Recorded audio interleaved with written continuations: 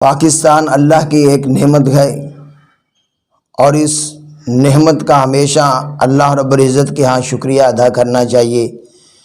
جو بھی کوئی انسان اللہ کے انعامات کا شکریہ کرے گا، الہ العالمین اسے مزید انعامات عطا فرمائیں گے۔ الہ العالمین قرآن کریم میں فرماتے ہیں لَئِن شَكَرْتُمْ لَأَزِيدَنَّكُمْ، اگر تم شکر کرو گے تو ہم اور زیادہ عطا فرمائیں گے۔ یقیناً یہ اسلامی نظام کے اوپر عمل کرنے کے لیے، اسلامی قوانین کو نافذ کرنے کے لیے ایک بہترین ریاست ہے، اور یہ پاکستان 14 اگست 1947 کو مارد وجود میں آیا۔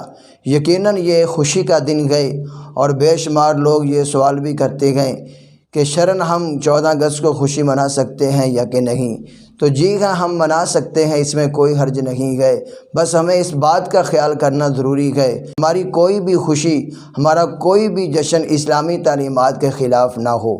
نبی مکرم صلی اللہ علیہ وسلم نے بھی جس وقت سنا کہ 10 محرم کو موسیٰ علیہ السلام کو فرعون سے نجات ملی، آزادی ملی، تو نبی مکرم صلی اللہ علیہ وسلم نے بھی اس خوشی کے اندر روزہ رکھا تھا۔ تو ہمیں بھی چاہیے کہ ہم پاکستان کی آزادی کی خوشی کے اندر عبادات